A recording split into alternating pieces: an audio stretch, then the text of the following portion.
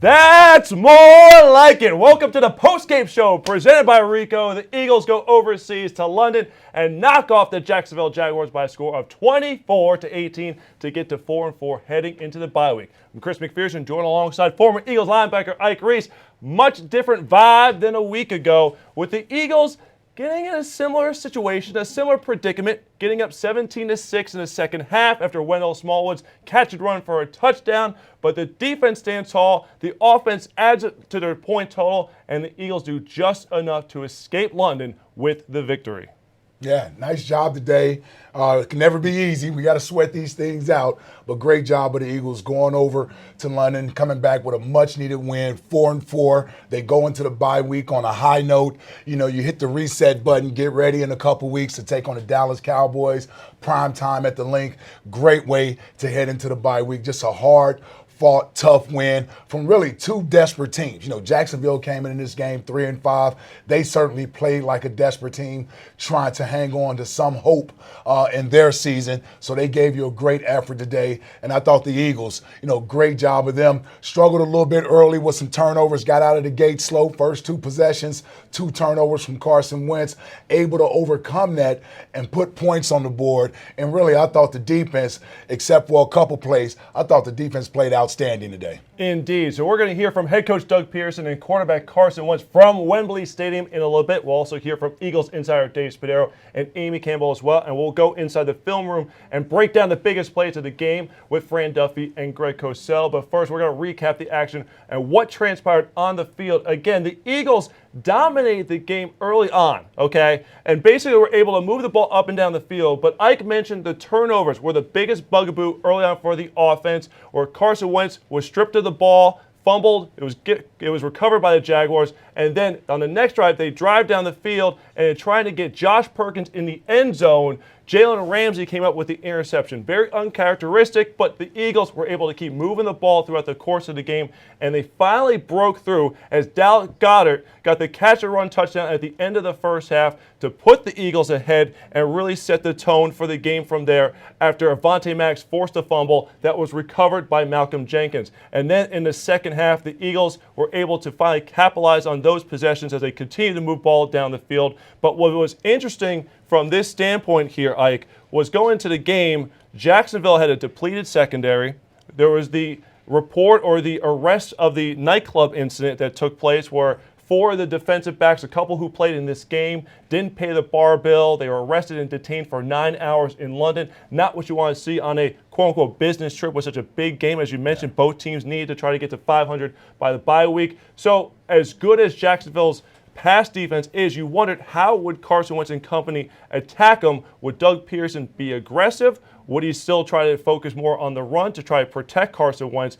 And even after both linemen up front, both tackles got hurt up front, Jason Peters and Lane Johnson, still Doug Pearson trusting in the lineman who came in, trusting in his quarterback to unleash the ball and attack the Jacksonville secondary, knowing that it was weakened. Yeah, it may have been the biggest win or best win of Doug's 3-year coaching tenure here, considering the guys that he had out, considering you're over across seas playing in this game. I thought he did a great job keeping a nice balance offensively. Ran the ball, didn't get away from it even when they weren't having a ton of success. That Jacksonville defensive front line is very difficult to move those bodies. Big Calais Campbell up in there and Jackson, those guys in the middle of that defense, it's hard to get running room. But credit to Doug, credit to Jeff Stoutland's guys up front, sticking with the run, and then the running backs running downhill, north and south, getting behind their pads, some real tough running from these guys. And then Carson Wentz, he bounced back. He really had the one bad play, the interception that Jalen Ramsey had. You can't make that throw when you're down in scoring area, trying to force it in there to Perkins. But other than that, I thought Carson Wentz made some outstanding throws, considering he was under duress a lot today. The pass protection at time was leaky, so it kind of puts the offensive play calling in a little bit of a quandary because we like to throw the ball down the field. field at times. But if you can't protect, Carson's not going to have enough time for those plays to develop down the field.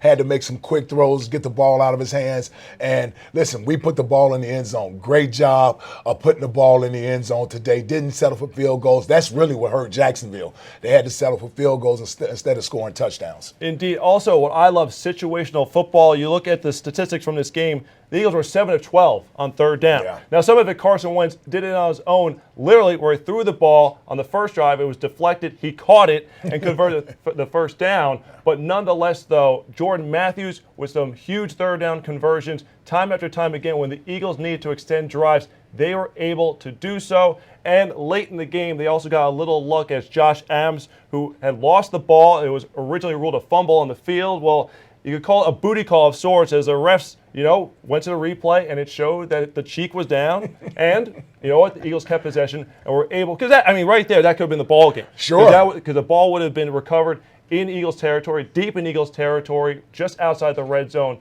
And Jacksonville would have been right on the doorstep there to get points. From a defensive standpoint, Ike, you mentioned how overall the defense played hard, they played fast. They were able to get after Blake Bortles, and credit Bortles, he made some good plays with his legs, which you knew was going to be a challenge coming into this game here. But the biggest thing for me, and this is more of a big picture thing moving forward, because late in the game in the fourth quarter, the defense was not able to get pressure on Bortles, where they did a great job. I thought Schwartz was very aggressive. He mixed up the blitz packages well today. But in the fourth quarter, when he was relying on that front four, because you don't have Derek Barnett, because you don't have Tim Jernigan at defensive tackle, you are taxing the guys. You're taxing Chris Long. You're taxing Michael Bennett. You're even taxing Fletcher Cox and Haloti Ngata, who's just coming back. Yeah, Brandon Graham at that point in the game. So that's going to be something to watch moving forward is what can they do to get more or to help that front four, because it's tough to rely on young guys like Josh Sweat and Bruce Hector and Trayvon Hester to have those guys step up for you. But overall, though, the coverage was so much better than a week ago.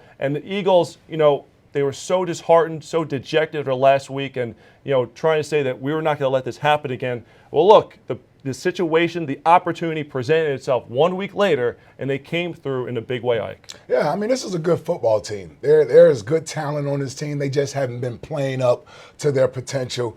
We know that every game has been a close game. Even the losses that they've suffered, everything has been basically a one-possession game. They've been in every football game. They just needed to get out of their own way. And hopefully this is something they can build on, not like the Giants game where we thought that was going to be a game to build on. Yes. Yeah, to get a week off after this, get some rest, get some people back healthy. We lost Jalen Mills in this game as well.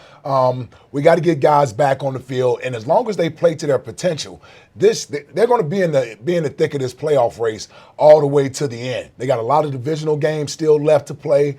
This division is here for the taking. When I look at the NFC East, I still see the Eagles as the class of this division. And once they start playing to the level that we know they're capable of, they'll run away with this division. I have no concerns about this team. This team just needs to get out of its own way, stop beating itself, and believe that they are the team that takes the field every week. That's probably the best team on the field. It's usually the best team on the field, but there's a difference between having that talent on paper and then carrying over to game action. And there were some silly penalties. I remember on special teams, DJ Alexander, call for a penalty, which hurt field position. It's little things like that which can add up over the course of the game, especially when it becomes a one-possession score late in the game, where last year we were getting accustomed to the Eagles blowing out teams. Well, that's not, A, the norm in the NFL, and B, it's not going to be the case with this team. No. Okay? It's a different team than 2017. You're going to need to scratch and claw and fight through some adversity in the fourth quarter of these ball games, and the Eagles were able to rise to the occasion. It was so great to see the Eagles do this on an international stage, because it was the most attended game for an NFL venue at Wembley Stadium, or NFL matchup at Wembley Stadium, since they've been doing the London series, which is great because Eagles fans took over the stadium. Great job again. As usual. You can hear, watch on TV, you can hear on the third downs, you can hear the Eagles fans chanting, even though it was technically a Jacksonville home game.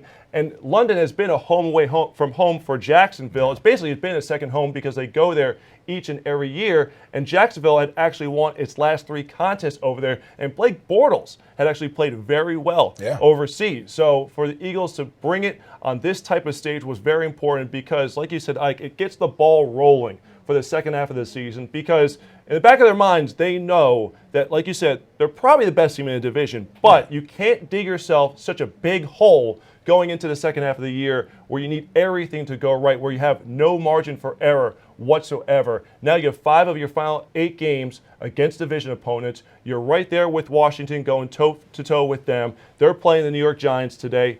Don't expect the Giants to come out with a win, but you never know. You never know. All right? You never know. You know, we got the call with Josh Adams. That can overturn. Maybe we'll get another one to go our way, and the Eagles will really be rolling to go into the second half of the season. But like you mentioned, they get the bye week, get some key pieces healthy. Hopefully none of the injuries from today are too serious, and they could be able to actually get this momentum going into the second half of the year where, like you said, we did think that was going to be the case after the Giants. They blew out the Giants. They're going to steamroll from there. They're finding themselves. Again, for the second week in a row, I thought the offense was clicking throughout the game. The difference is they were able to finish, and likewise on defense, when the game was in their hands, they were able to get off the field and secure the win. So after what happened last week, you didn't want to see the loss to Carolina beat this team twice. Yeah. And they did a great job of rebounding, learning from that, and being able to get the win today against a tough Jacksonville team, which at the beginning of the season, when this game was put on the calendar, a lot of people thought Super Bowl preview, okay? Yeah. 2 of the Final 4 teams, the Super Bowl champions, and a team that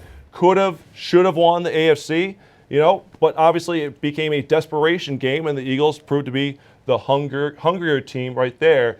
But looking at the box score right here, you know that Jacksonville wanted to run the ball coming into this game, okay? They traded for Carlos Hyde. He made his debut. But really, it was Blake Boyles was the one who was doing the damage in the ground. The only one. Yeah, it's tough sledding running against this Eagles defense. One of the best in the league over the last couple of years. Another great job today, not letting these mediocre running backs get going. When you're playing against a guy like Blake Bortles, who's athletic, who can run at times, it's always difficult to contain him. We saw it last week with Cam Newton. He was the only guy who had success running the ball last week from that quarterback position. Blake Bortles played a half-decent game today. He really did. I don't think he turned the ball over, right? Did he turn the ball over? No, don't think the turnover was a fumble by Keelan Cole, which Javonte Max forced, and then some drops. Yeah. Blake Boyles was I thought Blake unjudged. played a good game today. Yes. He really did. And when you get a guy that can scramble around, that's difficult on a coordinator because he can't play man-to-man defense. When you get a quarterback that can run, it sort of puts your pass rushing guys at a disadvantage because they can't just go all out and rush because he'll take off on them. So I thought his legs really kept Jacksonville in the game. He was able to pick up some key third downs for him.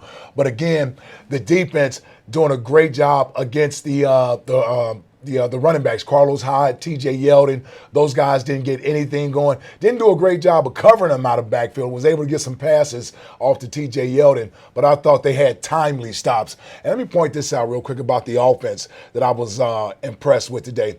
When the Jags went for it on 4th down and the Eagles stopped them late in the game, for the Eagles offense to be able to salt away that clock and not give it back to the Jags, that was big. We haven't seen that a whole lot this year. Picking up key first downs, running the ball, great run from Josh Adams, and then Dell Smallwood, a tough run to pick up that first down. Just a real nice job of the offense closing out the game and not putting the defense back out on the field, having to come up with a defensive stop. Another hallmark of the team from last year. You looked at that Los Angeles Chargers game where they ran the clock from 8 minutes. Like 6-7 minutes in that game, and pretty much took them out of it. So you wondered, and everybody's been questioning the depth at running back. Could these guys get the job done? And you go to the run game again for Jacksonville. Look, right now, you look at Carlos Hyde and TJ Yeldon, they combined for 18 rushing yards on the afternoon. The Eagles defense, one of the best run defenses in the league, up to the task once again. But Ike, as we get into your big takeaways, we'll start with the running backs, but only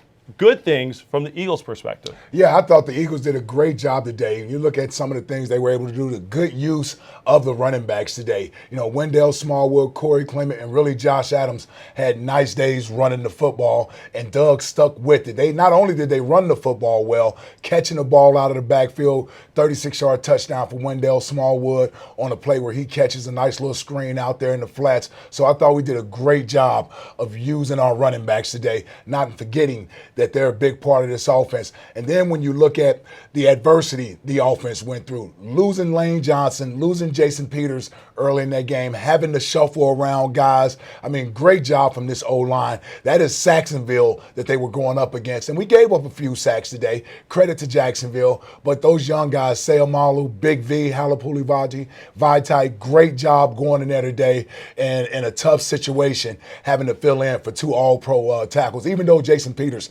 came back later in the game, it was still a nice job from those guys. And then Wentz in the fourth quarter. You know, I'm on the air every day or 5 days a week, and for some strange reason, this narrative started this week about Carson Wentz and whether or not he's clutch, or not. And I don't know where it came from, but I thought Carson today in the fourth quarter, really throughout the game, was outstanding. That touchdown to Zach Ertz was what they needed, you know, to get to 24 points, to get over that 23-point threshold. It was big, and I thought Carson was huge all day today. Indeed. So we'll go into these three takeaways. You talk about the run game, and there's a lot of question about, do the Eagles need to make a move at the trade deadline, which is coming up this Tuesday, for a running back? And Josh Adams, I thought, gave you a lot today, because pretty much up to this point in the season, he had been utilized on outside runs, okay? But we saw a lot of great cutback runs up the middle today, in between the tackles. And that's the thing, is with this Jacksonville defense, look, outstanding in pass coverage, outstanding in terms of getting after the quarterback from a rush perspective, but you can run on this defense in between the tackles. And even with those mismatched parts there along the offensive line, Josh Adams was able to get things going. And then Dell Smallwood's screen, just a perfect play call at the perfect time, caught Jacksonville way off guard. And credit 18 Shelton Gibson for blocking Jalen Ramsey down there about the 5-yard line to make sure Smallwood could get in the end zone, and Corey Clement mixed in as well. But I definitely agree, though, that it was nice seeing Josh Adams bring a little bit of juice to this run game today. Yeah, and like I said, you know, Doug gets a lot of, to me, unwarranted criticism about sticking with the run, or does he run the ball enough? Well, I tell you, coaches, they like having successful plays. And he'll stick with the run if you're having success running the football. And that's what you saw today. And it started early in the game where these guys, you could tell they were getting behind their pads, running north and south, breaking. They're not going to make a lot of guys miss in the open field, but they are tough runners, and they run behind their pads, and I like that's what they were able to do today. And then again, Doug sticking with the run, not only the run game, but even getting the ball to him out in the flats in the passing game. And you talk about the adversity, because Fran and I talked about this on the kickoff show. He made a very valid point. When you're on the road in unfamiliar circumstances, unfamiliar territory, again, Jacksonville does this every year. This is the first international regular season game in franchise history. So the Eagles, coming off that crushing loss to Carolina, they go out across the Atlantic. They fall behind early. You don't know. You're going to find out about what this team is truly made of. Okay, do they have the mettle? Do they have the mindset to be able to rally and come back against an equally desperate Jacksonville team?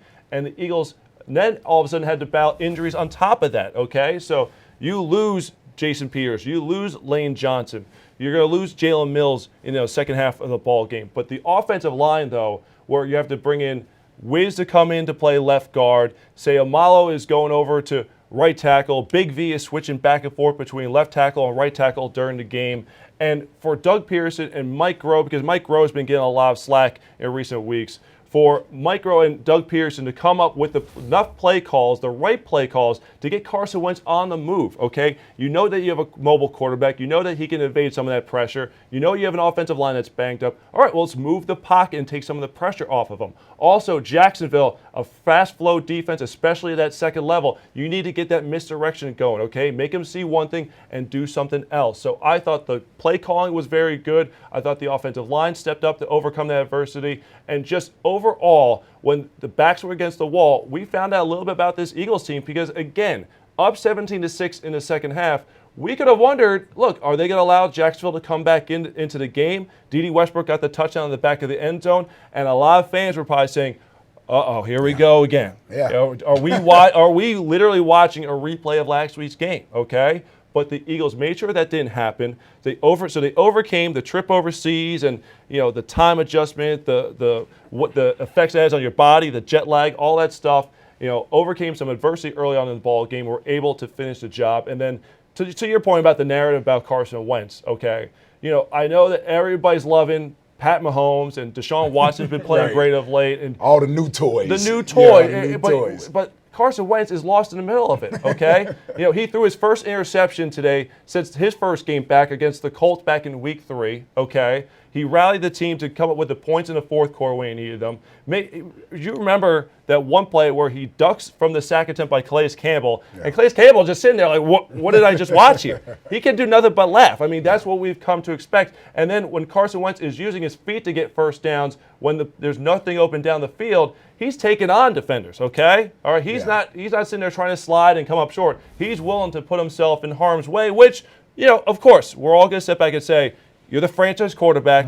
You don't need to do that. But he knew he had to win this game. He was going to put this team on his back and do what he needed to do to come away with the win. And look at the numbers, okay? Yeah. Okay, I understand, that Jacksonville had all the injuries in the secondary and there were all the question marks with, the arrest that happened on early Saturday morning. But 70% completion percentage, almost 300 yards, 3 more touchdowns. Again, with an offensive line that's banged up, going against, like you said, Jacksonville here in this game here. So Carson Wentz, look, he's probably not going to get the national acclaim that he deserves because of the shiny new toys, but it was great that, like a primetime game, when you're playing the 9:30 a.m. contest, everybody's watching you, okay? And look, it's a Sunday when everybody's getting settled in, getting ready to watch a day of football. They're getting up nice and early to watch you play, and you put on a show like that and show why you were an MVP candidate last year and why this team was a championship squad just a year ago.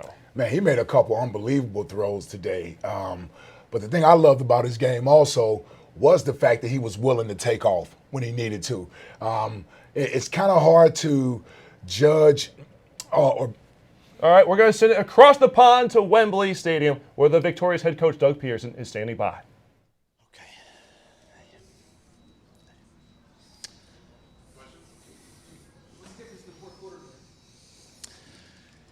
I just think, it was communication at halftime that we had to finish the game. We had to play for another 30 minutes, a full 60, and I think the guys really embraced that and did a nice job finishing and making plays when they had to.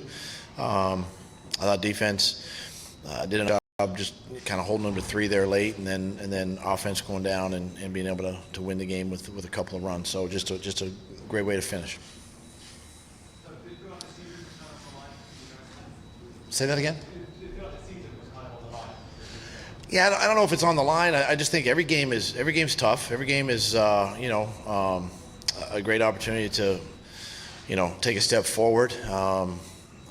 Things haven't really gone our way the first half of this season, but it was great to get this victory today and go into the break with positive thoughts, obviously, and get ready for the next one. But I didn't think it was necessarily a must-win, situation. So there are a few reports out that Lane sprained his MCL and you. I haven't met with the medical team yet, so I can't speculate on that until I do. Probably know something probably tomorrow. You can see the game really turned after Maddox fumble there. That sequence, what did you see from Maddox fumble to the touchdown they got? Great play on the ball. It's what we talk about during the week. We need defensive turnovers, and they were able to do that one. And then obviously the 4th down late in the game. But great job coming up, rallying.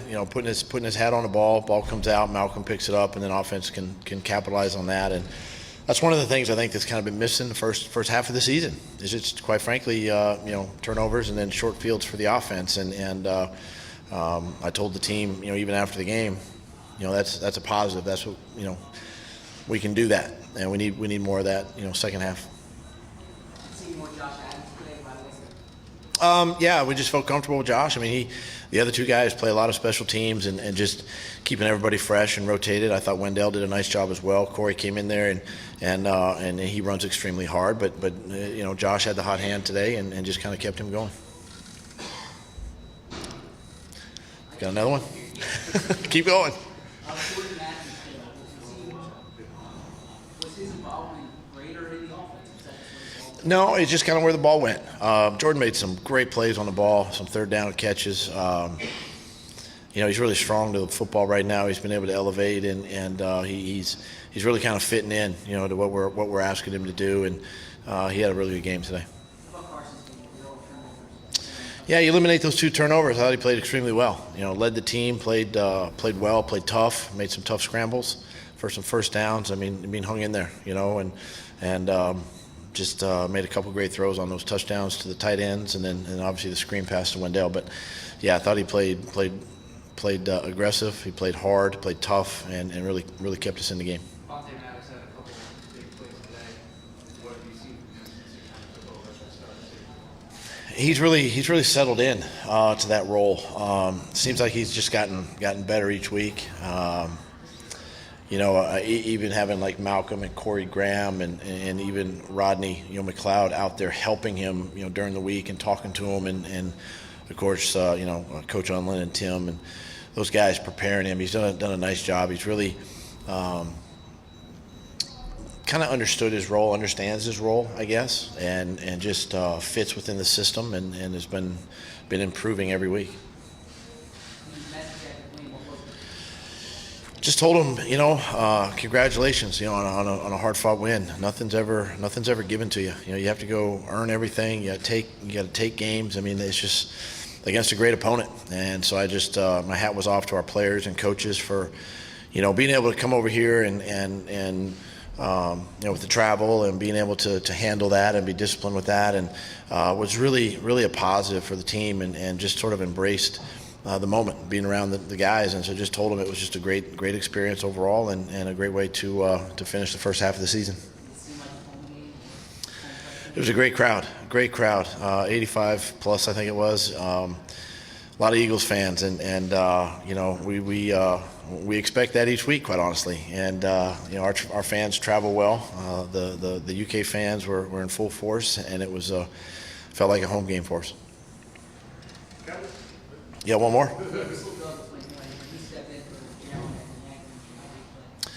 Well, you saw what happened right away. They took a shot, and went after him, and he's so long, got great speed, and I thought he played well. We'll evaluate the film on the plane going home and get a chance to watch it, but I thought Rasul really stepped in, and we'll see, Jalen's injury down the next couple of days, but filled in nicely.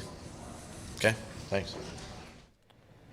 All right, there's head coach Doug Pearson, and going back to last year, Eagles fans taking over on the road. Yeah. Another home game, okay? Again, maybe it's one of those situations where, look, London's seen Jacksonville a bunch of times. This is new for the Eagles and Eagles fans, and let's take advantage. Let's make a trip across the pond. Why not? And let's face it, they are the defending Super Bowl champ. So you're going to get, and it's the first time a defending Super Bowl champ has played over in London. So you knew that there was going to be an exciting crowd to see these guys out there today. And let's face it, these Eagles fans, they take pride in being able to go on the road and being heard. Taking over other team stadiums. So, even though that was a sort of a neutral site and it was way over in London, when this game was announced that it was going to happen last year, these Eagles fans, they couldn't wait to book these flights to head over because they wanted to be a part of what essentially is history. It's the first regular season game the Eagles have played over there, and it's the first time a defending champion has played over there in the following year. So, I'm not surprised. Our fans are the best in the world. They show up everywhere, and you're going to hear them.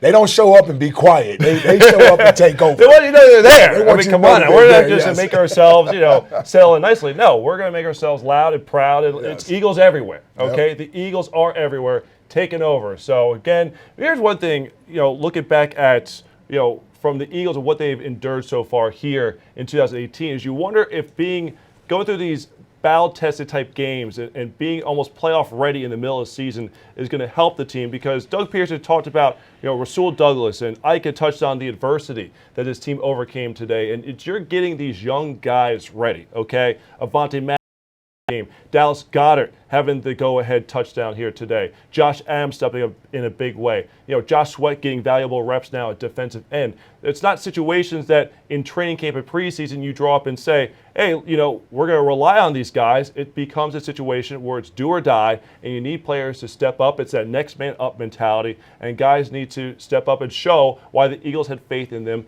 in the first place. So you wonder, as they get ready for the second half of the season, and they're going to get some of these guys back and healthy, and some guys who were bumped and bruised will have some more time to rest. All of a sudden, you'll have a healthy team. Again, you get the meat of your NFC East slate coming up here, where you have 5 of Your last 8 games are against division opponents, okay? You've got some tough non-division games, okay? You got to go to New Orleans. You got to go to LA to face the Rams. You got Houston coming to Lincoln. Houston's high as can be has won 5 straight games, and Houston is certainly thanking Philadelphia for taking care of the Jaguars today. So the second half of the season is not going to be easy by any stretch of the imagination, but unlike last season where this is where they were winning 9 straight and blowing teams out of the water and games were decided by halftime and we were all partying, this is a situation now where the Eagles have to learn to win close games, and that is going to help them moving forward. So that's going to be the biggest thing for this Eagles team is, they're being battle tested now. They're going to be playoff ready for the second half of the year when typically your best teams start to rise to the occasion. Okay, come off the Super Bowl year, you knew it was going to be kind of an extended preseason. You were getting Carson back. You were getting Alshon Jeffrey back. Some guys like Jordan Hicks were working their way back from season-ending injuries. Now this is the team you're rolling with. This is your squad, okay? Howie Roseman, maybe he makes a move at the trade deadline. We'll wait and see on that. But by and large, this is going to be the team that you're going to be rolling with in the second half of the season. So you get a big win on the road today against Jacksonville. And again, I understand Jacksonville's lost 4 straight games, but still, this was a team that should have won the AFC a year ago. And they blew out the Patriots earlier this season, and that was supposed to be their coming-of-age game, that they showed that they could overcome their miscues from a year ago, but they've just not been able to get the ground game going. Again, only 70 yards today. All right, so Blake Boyles had to do it with his arm, with his legs, and you know what? He was actually kind of undone by his pass catchers. 5 drops, I think, on the day today. DJ Chark had the 1 touchdown. Should have been a touchdown. That should have been a touchdown. That should have been a touchdown. Malcolm Jenkins did a great job breaking up the pass to D.D. Westbrook. That could have been a touchdown, forcing them to sell for 3. Those little things add up, and it's only going to be a play here or there, okay? Jaguars fans are going to watch this game and say, well, if we had done this or we had done that, we would have gotten the win, okay? That's what the Eagles season has been. It's come down to 1 or 2 plays every week, outside of a couple of games, but we got a little special treat here. We're sending it back to Wembley Stadium. Zach Ertz is standing by. Yeah, we ran kind of a similar play early in the game when I broke to the post. Unfortunately, I kind of lost my footing on the play. So the presentation is pretty much the same presentation. You widen your release, and then you kind of give a heavy nod to the post, and then run a corner. And it was a play that we've had for a long time, and it was really the first time we've called it. So it was a really good play design, and I thought it was a really good throw, and I just tried to go up and make a play. Zach, what's it say about the character? You guys are able to come back and get Yeah, it was huge. We had all the reason to make excuses this week. A lot of adversity, not getting a lot of sleep Thursday night, flying 7 hours, going right to meetings. But the thing about this locker room is that it's full of guys that really love the game of football. Everyone really loves to compete and play for the person next to them. And so we just wanted to go out there and play a full 60 minutes. That was the message this entire week. We've put games, we've put drives, we've put quarters together, but we really haven't put a 60-minute game together. And so I was proud of the way we battled today for a full 60 minutes against a really good defense from an offensive standpoint. What about Carson battling back in his first 2 turnovers? Yeah, the guy is as mentally strong as they come. He's never going to show that he's down. He's always looking forward to the next play, and I think that really resonates with a lot of guys in this locker room because we understand that we have so much talent on offense. Obviously, we face a lot of adversity today, too, on the offense side of the ball. We lost the best right tackle in the league. JP was out for a little bit, and we were still able to move the ball. Obviously, early in the game, if we finish touchdowns, the game is really a different game. So the red zone we got to be better in. But I thought that improved as we continued. We kind of got a feeling for how they were playing us. And Carson's a stud. He's one of the best players in the league, and that his play kind of speaks for himself. How important was it to spread things around? Last week was such a heavy dose of you and Jackson. We saw a lot of guys, 5 guys, 4 guys had catches over 30 yards. How important was it spreading around? Yeah, it's huge. We got a lot of good playmakers on this offense. The game plan is going to be dictated, and who gets the ball is going to be dictated by what the defense is giving up. We're not going into a game saying 86 has to have this many targets, 17's got to have that many targets. Carson's the type of quarterback. He's not going to lock into a guy. He's going to go to the guy who the scheme is getting open, who they're kind of dictating who should get the ball. And a game like today was really good to see Nelson, J-Matt have some big plays. It really opened up the offense. Really happy for Dallas having that long touchdown, showing some emotion finally. That's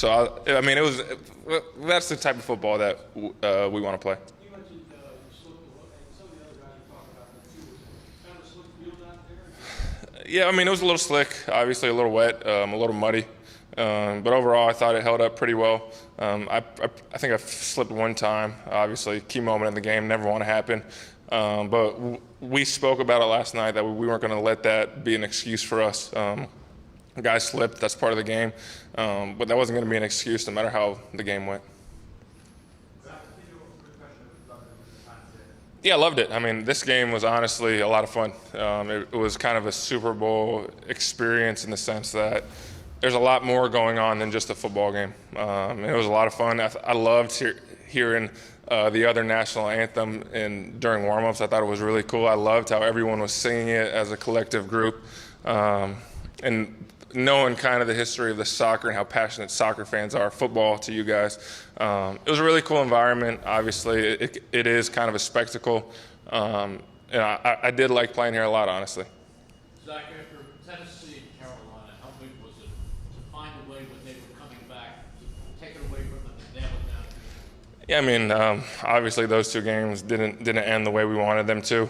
But we continue to preach 60 minutes this week, and that was the message that stuck with us, that no matter what was going on in the game, that we were going to play a full 60 minutes and we were going to execute. And we wanted to finish the game with the ball in our hands as an offense. We didn't want to give the Jaguars a chance to go down there and make some plays. We put a lot of pride in executing as an offense, especially late in the game when teams know what we're going to do, and still having the execution ability to go there and make plays and finish with the football. So I think that was a big stepping stone for our offense. Well, if he freaking got the ball to me, it wouldn't have needed it. But, I mean, nothing surprised me with that guy. Everyone always says, were you surprised he does this? Was you surprised he does that? He knew exactly what happened the moment he threw the ball. And to have the knowledge and the wherewithal to catch the ball and know exactly where the first down marker was just speaks to how competitive he is, speaks to his football IQ. And he makes our job very easy as receivers, as skill position players. Cool. All right, tight end Zach Ertz meeting with the media at Wembley Stadium in London. The numbers for the year, just mind-blowing. Okay, halfway through, 61 catches, 644 yards, and 3 touchdowns. Arguably, I mean, we already said he's in a conversation for best tight end in the game, but arguably he's had the most dominant first half of the season of any tight end in the league. And I love the way he went out and got that touchdown reception in the fourth quarter, going against a rookie free agent corner in Trey Herndon. Again, Jaguars secondary limited by injury. There was also all the stuff that happened with the nightclub early Saturday morning, but he went out one-on-one. And look, Herndon had pretty good coverage on the play. Ertz just took it away from him. Yeah, I mean, Zach came into this game second in the league to Adam Thielen in catches, receptions on the year. So we know that he's a great target, and it'll be one of these debates for years until, I guess, Gronk retires or what have you. But no shame for Zach Ertz. He is certainly, if it's not Gronk, if it's not Travis Kelce, it's Zach Ertz. So he's one of the best tight ends in football. I'm staking the claim that he's the best. What I'm trying to do right now. And you can. Yes. You can. I think that's a fair argument, especially this year. He's certainly on his way to another Pro Bowl, so we know he has that going for him. And in the red zone, he's starting to get back to being that security blanket for Carson, as he was last year when he had a career-high 8 touchdowns, has 3 now. And that's really the only thing really missing from his game is the amount of touchdowns. And when you get down in that red zone, he is a legitimate threat down there, where you're starting to see some teams double team Zach Ertz down in the red zone. So he's able to get single coverage. And if it's on the DB, Carson's going to put it up there to him because he's just too big, too good, soft hands. And Carson knows if he puts it in that catch radius area for Zach, Zach's going to bring it in. Well, Ertz only has 3 touchdowns because Dallas Goddard has been chipping away at that. Dallas Goddard's getting his this year. So that was a nice touchdown he had. That was a beautiful touchdown. Hopefully we'll get to see highlights of that a little bit later on in the show. But right now, okay, first international regular season game and win in franchise history. So who better than to deliver it than the voices of the Eagles, Mel Reese and his Hall of Fame partner, Mike Quick. Let's check out the best plays from today's game, today's victory in Merrillcamp, and get it from their perspectives. It is 3rd and 8 for Jacksonville. Ball at their own 22. Bortles in the gun. He steps up. He is hit. and he is sacked back at the 10-yard line by Chris Long. And that will do it for the first quarter. Really nice job by Jim Schwartz confusing that offensive line. He lines up a lot of guys at the line of scrimmage as if he's going to all-out blitz. On the snap, they back off, and only 4 come, but they get him to the ground. This will be a 31-yarder, shorter than an extra point. Ball is spotted, the kick is up, and the kick is good, and we're tied at 3. It'll be 2nd down and 9 for the Jaguars. Hyde, the setback, motion to the near side. Bortles fakes to Hyde. Bortles is hit. Bortles is dropped. Another sack back near midfield. They got to Bortles, and it was Jordan Hicks. Malcolm Jenkins in there too. Bortles takes the snap again. Here comes the rush. He lets it go over the middle. Wide open receiver, and the football comes loose from Cole. It's picked up by the Eagles. Eagles have it. Cole made the catch. The hit was made by Maddox, and they pick up the football, and it looks like Malcolm Jenkins has it, and the Eagles are back in business. Did they finally get a turnover? It's been a while. Ball at the 33. Play action. Wentz running. He's looking. He is firing. It is complete. Down to the 5. Breaking a tackle. In for the touchdown. It is Goddard. Dallas Goddard breaking a tackle at the 5, and the Eagles have finally scored a touchdown and taken the lead. I love the design of this play. Carson Wentz on a little rollout. He didn't have anything in the flat, but he really wants that throwback pass to Dallas Goddard, his rookie tight end, South Dakota State. Goddard catches the football, and then he gets an assist on his way into the end zone. 2nd down and a yard. He's got Carlos Hyde to his right. 3 receivers left. The tight end Grimmage to the right. Back he goes. Bortles is hit. They've got him. They've got him back at the 50-yard line. And give that one to Jordan Hicks. Thank you so much to Sports Radio 94 WIP for providing us with Merrill Cam. Was that one of those videos where you got to like tell what happened in the middle, like the costume change that happened midway through with Mike Quick throwing the hat on there, you know? Had a little style to it. You got a little chilly? Did it get a little cold? I guess. Yeah, I guess.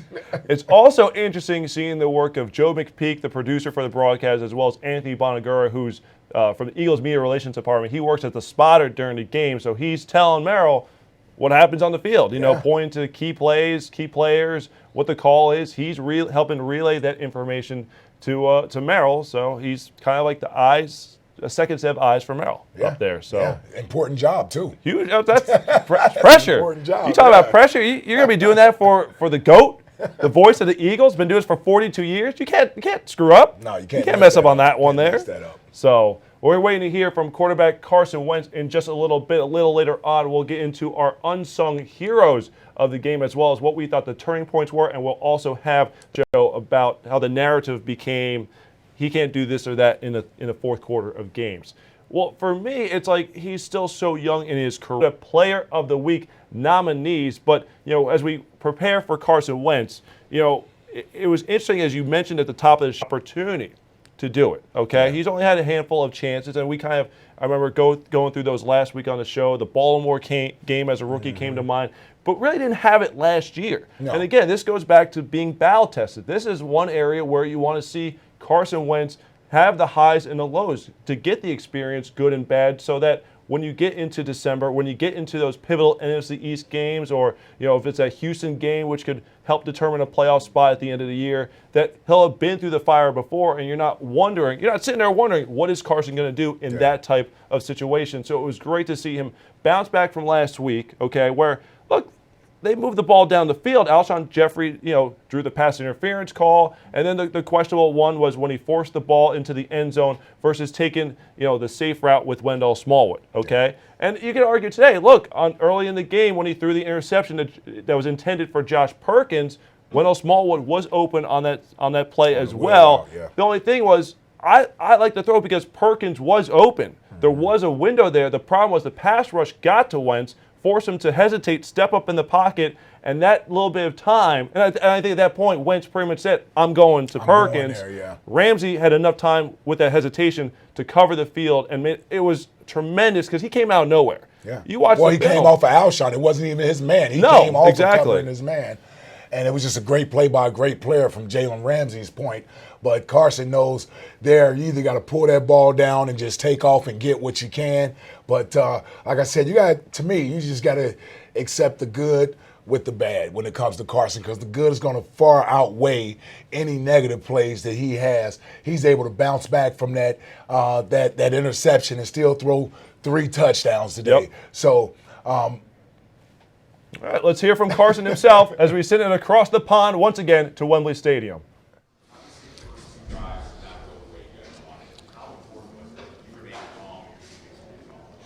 Yeah, I mean, we moved the ball well. That's the thing. That was the positive sign. Obviously, both drive ended with turnovers on my part, things we got to clean up. The interception, I mean, Ramsey made a heck of a play, kind of came out of nowhere on us. That's a good player making a play. I got to make a better read.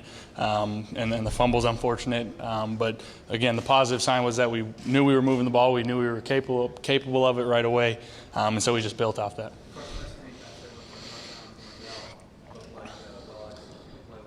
It was great. I mean, the O-line got out in front, and Smallwood took care of the rest. I mean, everyone did their job, and you got to love those screen passes that go big like that.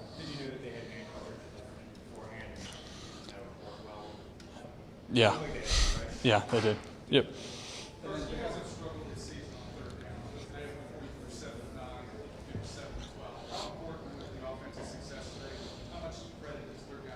Yeah, I mean, third down's huge. I mean, anytime. We always talk about situational football being third down and red zone football. And today, obviously, third down was big. Staying on the field, that's something we pride ourselves on. We were great at it last year. So it's big for us to stay on the field when we did today.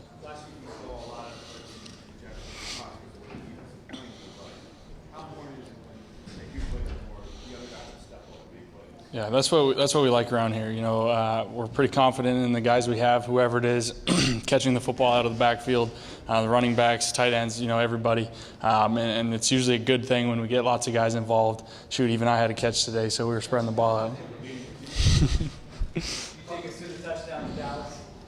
Great play call.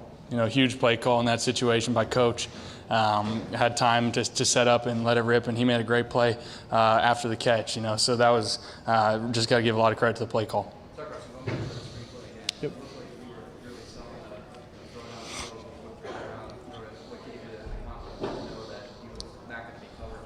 Yeah, I mean, that's just what you're taught on screens. Honestly, I wouldn't overanalyze it, overthink it. I mean, it really was the O-line taking care of it and Smallwood doing the rest.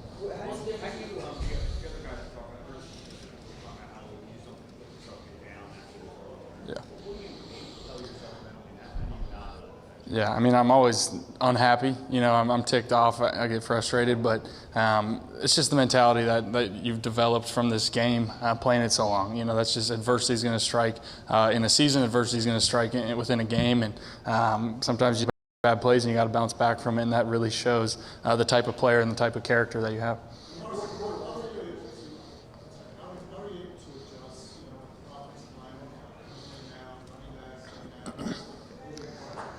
Yeah, I mean, the nice thing for me is it's pretty easy, because those guys come in ready to go.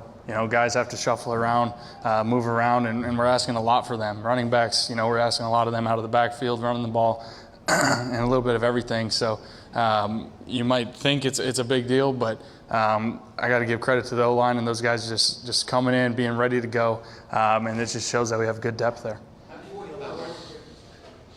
I mean, we finished. At the end of the day, we finished. We still didn't finish the way we wanted offensively. We had that chance to kind of seal the deal and went 3 and out, which was unfortunate.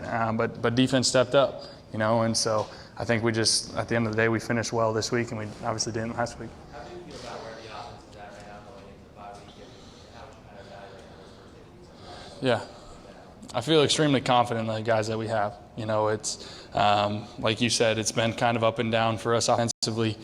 Some weeks we start fast and slow, or vice versa.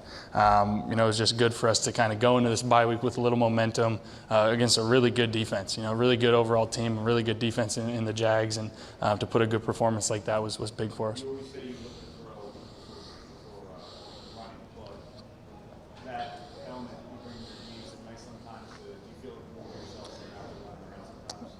I mean, I wouldn't say I'm more myself, but that's when instincts take over. You know, at the end of the day, like you said, when I scramble, I want to throw first. But the way they were covering everything, playing a lot of soft coverage, playing deep, and the plays that we had on, I was able to try and extend some and pick up the first down a couple times. They hadn't allowed many explosive plays so far this season. You just said 5 of them. What was the thought process going in? Why were you able to successfully get downfield? Yeah, I mean, again, hats off to coach, calling some really well-designed plays. You know, I think we had a couple more that we just missed.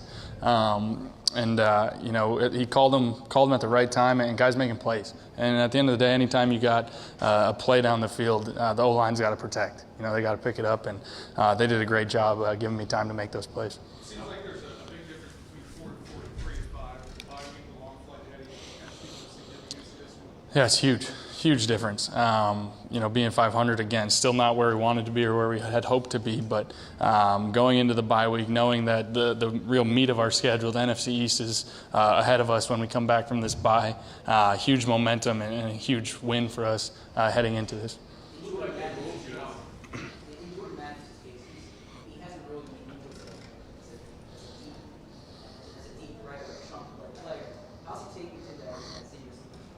Yeah, the thing I love about J-Matt is you can put him at Z, you can put him at X, you can put him at F, and he's going to get the job done. You know, both blocking and all the stuff we ask our receivers to do blocking-wise, but he can make plays. You know, he can beat man coverage. I mean, we saw him do it a couple years ago here, you know, for a while, and it was big for him to step up the way he did today, and it was cool to have him, you know, be the leading receiver again. It's been a while.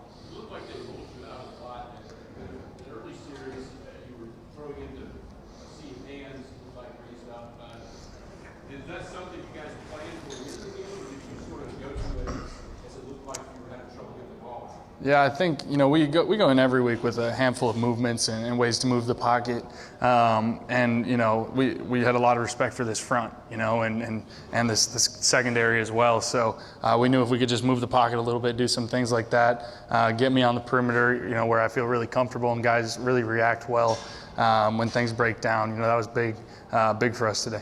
Carson, that post-game Yeah. I mean, it's a huge win. You know, it was a huge win. You know, everyone's obviously excited heading into the bye week, you know, to get a week off, get our minds, to get our bodies right. That's huge. And, you know, we got a long flight ahead of us. We're in London. There's a lot of things going on. So I think everyone's pretty excited that we're going back with a win and not a loss.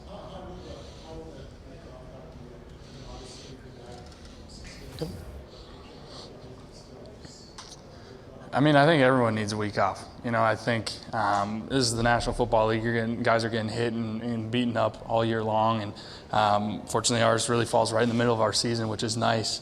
But that week off is huge, both for people's minds and their bodies, to just really heal up, get away from the game for just a couple days and everything, and get your mind right so that we can come back and make this run. It was really cool. You know, it was really cool. Coming in, obviously, I had really no idea what to expect or when everyone was going to be cheering or who, you know, what the fans were going to be cheering for and everything. But it was an awesome experience, awesome environment, and, you know, it was definitely a fun one over here. Carson, you had a fumble on the blind side hit. You had a fumble last year. What steps can you take to? Yeah, I mean, it sucks. You know, it's something I got to clean up. It's something I got to look in the mirror and say, how can I protect the ball a little bit better? And sometimes it's just the ball out earlier, you know, and finding my guys faster. And yeah, it's something I'm definitely looking at. Thanks, guys. Quarterback Carson Wentz meeting the media in London, and my biggest takeaway for Carson is I'm happy they won today, because after what Carson went through last season, Ike, where he had the MVP type season, got the Eagles on the precipice of winning the division and getting home field advantage for the playoffs, and knowing full well that should have been him out there on the field at US Bank Stadium in Minneapolis back in February, helping the Eagles win the Super Bowl. And certainly he was helping from the sidelines as a coach, but he should have been playing in that game. Okay, Sure. That was his moment. That's what he was drafted to do, was to bring the Eagles the Super Bowl championship and hopefully championships down the line. I would have been crushed for him to work as hard as he did in the offseason to get back on the field in the third week of the 2018 campaign, and for the team to be all but out of it at the midway point of the season, going to the bye week. And yes, They could have been 3-5, and you could have said they have the division games, and things could break right, and no one's running away with the NFC East. But you basically have no margin for error whatsoever. And as I said earlier, those non-division games are not easy at all. No game is easy, but you're playing three of the hottest teams in the league in the Saints, the Rams, and of course the Houston Texans. And yes, maybe the matchup is different because you could have said at the end of last season, you would have thought that Carson Wentz was going to play in certain games, and he wasn't. Yeah. Yes, that could be the case, but I would have been crushed to see what Carson has gone through, what he's done in his rehab, knowing what this team, what this game means to him, to have a second half of the season that just wouldn't, for all intents and purposes, be meaningful, okay? We all want meaningful football into November and December, but I would have been devastated for Carson Wentz coming off last year not to be able to experience that. Yeah, and he's not ready for his season to be over with, and so you saw the way that he played out there today, making things happen, not just with his arm, but I love the fact that when he had opportunities to take off, he was able to use his legs as well. So, as long as you have Carson Wentz leading this team, we're going to be okay. We're going to be in every game. May not win every game, but you don't have to worry about that guy and whether or not he's going to give you a full day of work when he shows up. Like you talked about, the rehabbing process, everything he went through to try to get back as soon as possible. We know what this season means to him, how he fought to get back, coming back from that reconstructive knee surgery, and he's playing that way. He's playing as if this season means everything to him. And now he's going to have to balance out trying to do too much and then doing enough to get you W's. But he's one guy on this team that I don't worry about when that ball is kicked off because I know you're going to get the best of Carson Wentz every week. Indeed. So let's get into our unsung heroes from today. And I'll start with running back Dell Smallwood, okay? Because going into this game, look, you knew the run game had to step up in some way, shape, or form because last week they were not able to salt away the game when they had the 17-0 lead over Carolina. And you know that Darren Sproles is out. You know that Jay Ajayi is done for the year, so you're going to have to go with a rotation of backs. And Dell Smallwood, okay, he was on the roster bubble coming into the season. And the big knock on him had been, could he stay healthy? Well, he has been the one guy you could rely upon to be on the field week in and week out. And look, he didn't just deliver in the run game. He had 24 rushing yards. He wasn't the leading rusher. Josh Adams was. But he had the big touchdown in the third quarter, which really helped break the game open for the Eagles on a screen pass. So for me, you're not going to probably talk about Smallwood as one of the players of the game. He's not one of our Player of the Week nominees. But for someone who is in the role that he's in, where he's rotating in, he's sharing time with Clement and Adams, for him to come through and to deliver a big play, to help move the chains in the run game, my hat's to Smallwood and what he's been able to do with the opportunities presented here in 2018. Once again, the Eagles need a chance or have a chance to salt away the game in the fourth quarter, and he's able to help get that done so that Carolina, the loss to Carolina doesn't impact this week's game against Jacksonville, and we have a repeat episode of what just transpired. Yeah, huge, tough yards for Dell Smallwood late in that game, picking up a big first down. So kudos to him for being your unsung hero. And I'll go to the guys who blocked for Dell Smallwood today. That offensive line, primarily Halapuli Vaitai and Isaac Seumalo. Those guys moved around. They are the swing offensive line, meaning they can play guard or tackle, left or right. And they were both needed today as the Eagles lost Lane Johnson on that Carson Wentz sack fumble when Carson fell on the back of his legs. Lane was lost for the rest of the game. Jason Peters went down with a head injury for a while, so Isaac Seumalo had to move out there to left tackles. It was a valiant effort, I thought, from the offensive line today, and primarily those two young guys being forced into action in the drop of a hat to go out there and have to play. And listen, they gave us some sacks. Jacksonville did a great job overloading the rushes to them. But I thought all in all, they held their own in there. Carson was able to do a good job throwing the ball. And then we just mentioned the running game that was effective. And that has to be credited to those guys up front as well. It's interesting because going into the game, Seumalo's preparing to be left guard. Right. Vaitai preparing for both tackle spots. it's one thing when last year, because you talk about these being young guys, Vaitai obviously settled in as a starter last season because, once Pierce was out, he knew he was the guy at left tackle. He could focus on that week in and week out. Well, during the course of a game, in the week of preparation, you're preparing to play on both sides, which is very difficult. I think it was Michael Bennett who said a few weeks ago, it's like, try spending your whole life writing with your right hand and then try to do it with your left hand, okay? Right.